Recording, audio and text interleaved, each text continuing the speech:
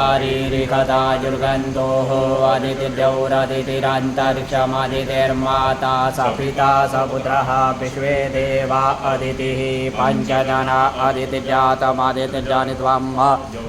शान्तिरन्तरिक्षगो शान्तिः पृथिवी शान्तिरापः शान्तिरोषधयः शान्तिः वनस्पतयः शान्तिर्विश्वे देवाः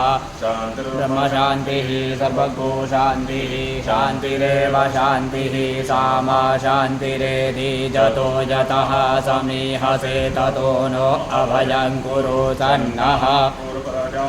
भजन्नः पशुभ्यः सुशान्तिर्भवतु श्रीमन्महागणाधिपतये नमः लक्ष्मीनारायणाभ्यां नमः उमामहेश्वराभ्यां नमः वाणीहिरण्यगर्भाभ्यां नमः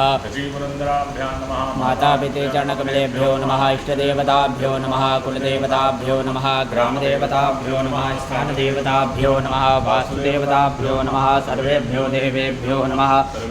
ब्राह्मणेभ्यो नमः सिद्धबुद्धिसहिताय श्रीमन्महागणाधिपतये नमः विश्वेशं माधवं रुण्ढिं दण्डपाणिं च भैरवं